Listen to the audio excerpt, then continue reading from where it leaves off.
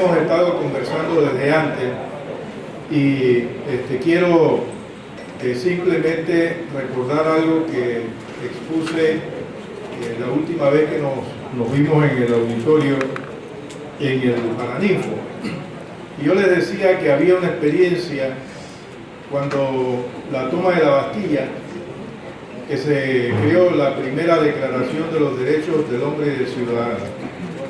Y decía que entre las primeras cosas que se planteó en esa declaración, que después se cambió, había un artículo que decía que la población tenía el derecho a la rebelión frente a las situaciones legales que violentaran sus derechos. Ese artículo después se quitó de esa declaración, porque hubo 3 declaraciones al respecto. Pero nosotros insistimos que ninguno de nosotros, no importa qué tanto legal o no sea, podemos aceptar que violenten nuestros derechos y que nosotros no tengamos el derecho a luchar por esa violación contra los derechos. Entonces, nuestro derecho luchar contra toda aquella norma que violenta nuestros derechos. Y eso es lo que nosotros le dijimos desde aquel entonces a lo que nos estábamos abocando. Porque les decía, nosotros no visualizamos que la Asamblea vaya a surgir algo nuevo. Pero también quiero mencionar ahora otra situación, otro hecho que creo que debemos mantener en nuestra memoria. La profesora Maribel Gordón habló de un concepto que hablaba de la eficiencia. Y la eficiencia está relacionada efectivamente a costo-beneficio, y el costo-beneficio está vinculado a los niveles de rentabilidad de las empresas. Por eso hacen las empresas análisis de costo-beneficio para saber cuánto van a ganar. Nosotros somos economistas que nos autodenominamos economistas por la vida. Es decir, nosotros impulsamos un proyecto económico que sea acorde con la vida humana. No puede haber ninguna acción económica que nosotros aceptemos si atenta contra la vida humana. Y el elemento de costo-beneficio atenta contra la vida humana. Entonces hay un ejemplo en esta visión de la economía para la vida sobre la eficiencia, que yo creo que es importante que nosotros nos afinquemos para que ustedes vean cómo la vida no está contenida en ese concepto de costo-beneficio. Y el ejemplo está en 2 personas que van a cortar una rama, pero en esa rama ambos están sentados. Están sentados sobre la rama que van a cortar, ¿sí? Todos tienen una tecnología eficiente, en igualdad de condiciones de la sierra, ¿verdad? Físicamente tienen iguales condiciones. ¿Cómo se mide la eficiencia? ¿Quién corta más rápido la rama? Pero el que primero corta la rama se va a morir, porque está sentado sobre la rama que está cortando. Y esa es la eficiencia. Ahí, la eficiencia implica la muerte del que está cortando la rama. ¿Cómo nosotros podemos decir algo eficiente que atenta contra la vida humana? Y eso es lo que está aquí en juego. Sobre la situación minera, miren, yo creo que aquí ya algunos lo han planteado, el compañero Saúl, la profesora Maribel Gordón. Nosotros estamos frente a una forma de gobernar que las normas legales no tienen para nada ninguna importancia. Están haciendo las cosas porque les da la gana. Y eso tiene una explicación.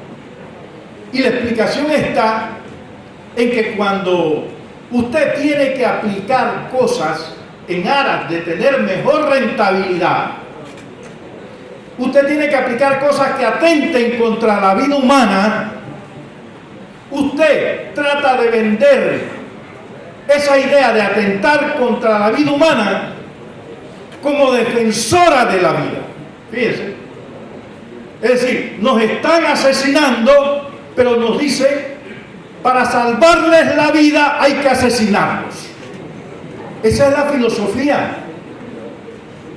Entonces, cuando nos tienen que aplicar cosas que atentan contra nuestra vida, nos dicen que es para salvarnos.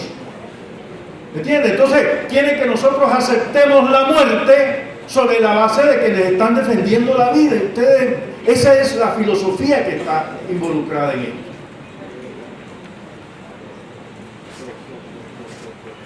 Esta es una forma de gobernar terrible.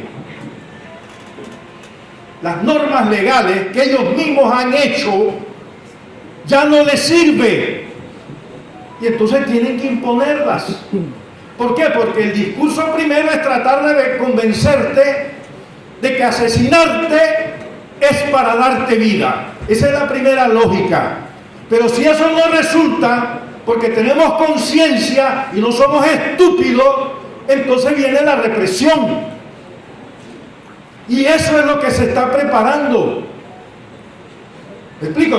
Todo lo que está ocurriendo es precisamente para imponernos las cosas, y las normas legales no les importa para nada. Fíjense lo que hizo el señor Mulino, porque ustedes estarán diciendo que tiene que ver todo esto con la minería. No, es que el señor Mulino dijo: he autorizado que se exporte el mineral que está allí. Pero ¿quién ha dicho que eso es potestad del Ejecutivo, del presidente? Hay una disputa donde ellos argumentan que ese mineral es de ellos, y hay algunos que decimos ese mineral no es de ustedes. Mínimamente, y yo no soy el creyente, el mayor creyente en las estructuras judiciales, porque aquí las estructuras judiciales nosotros sabemos que la han utilizado para reprimir al pueblo. Pero mínimamente ese es un tema que tiene que dividirse en los tribunales. ¿A quién le pertenece eso? Ah, no, eso no es potestad del señor presidente. Entonces, la primera cuestión que yo planteo aquí, yo tampoco soy abogado, pero soy respetuoso de las profesiones, como yo exijo que sean respetuosos de los economistas, ¿verdad? Porque aquí hay muchos que hablan sobre economía sin saber de economía, y yo no quiero pecar de estar hablando del derecho sin saber del derecho. Así que mi opinión es respetuosa, pero yo soy de la opinión que aquí hay que interponer una acción que detenga esa exportación. Yo no sé cómo se hace, porque yo no soy abogado, pero los abogados tienen que decir: espérate, es que eso tú no lo puedes hacer. Y hay que interponer una acción frente a eso. Nosotros no podemos estar, miren, es una normativa legal que ha hecho los propios sectores dominantes, los grupos de poder económico, pero ya no les sirve. En consecuencia, se tiran contra eso y se saltan la barda. Igual con los derechos humanos. Los derechos humanos son un obstáculo para hacer lo que les da la gana. Y entonces nos violentan los derechos humanos sobre la base de defender los derechos humanos. Miren esa lógica.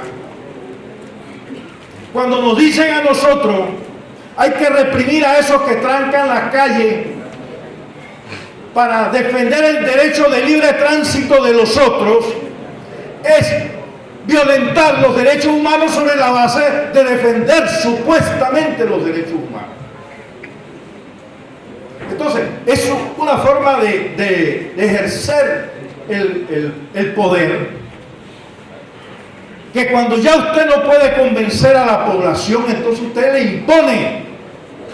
Y frente a esa imposición, ¿qué nos corresponde a nosotros hacer? Tenemos que luchar,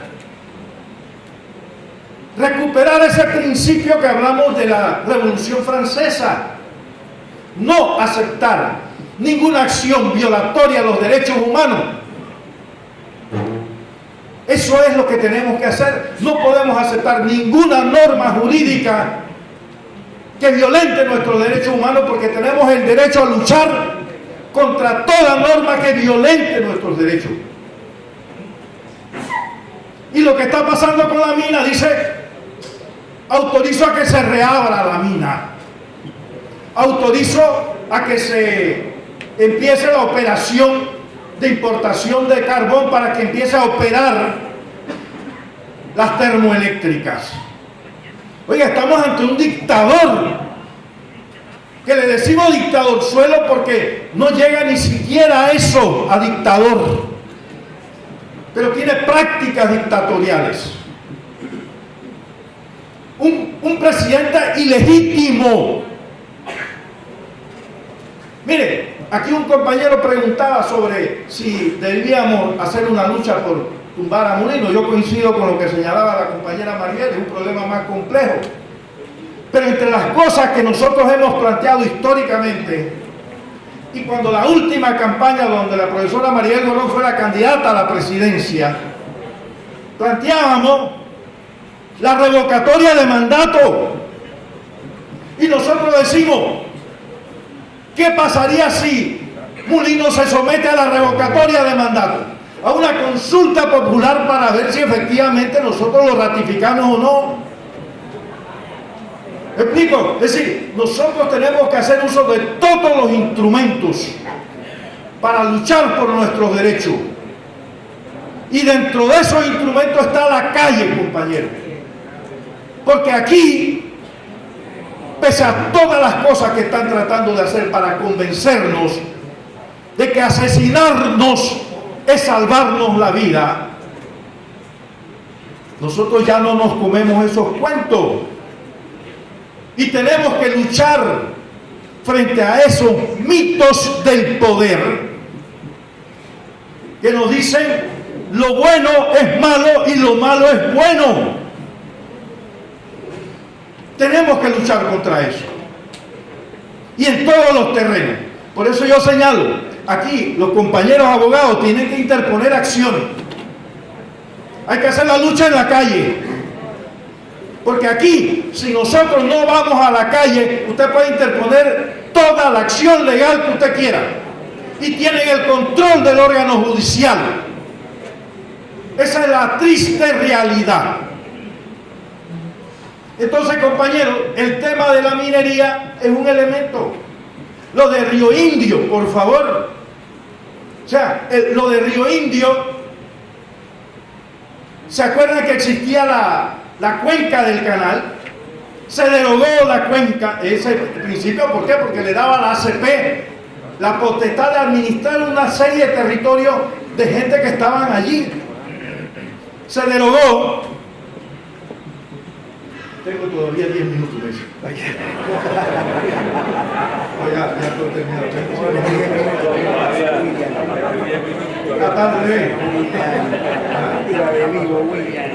Se derogó, fíjense, se derogó la ley que derogaba la cuenca. Eso revive la cuenca. Sí, pero eso no quiere decir que la ACP tenga derecho a decidir sobre cualquier cosa en ese territorio. Son dos cosas totalmente diferentes. Y lo están entendiendo de esa forma. Pero esa derogatoria, ¿qué fue? Otra forma de hacer uso de los instrumentos judiciales para hacer lo que les da la gana. Y mientras nosotros no reaccionemos, van a seguirnos imponiendo las cosas con una supuesta justicia que es injusticia, con una supuesta defensora de la vida, asesinándonos. Y eso nosotros no lo podemos permitir, compañeros. Por eso, aquí, ¿cómo defendemos nuestros derechos? Luchando, organizándonos. Y en esta situación, si nosotros no vamos a salir a la calle a defender esto, sencillamente vamos a terminar con la ley esa imponiéndonosla.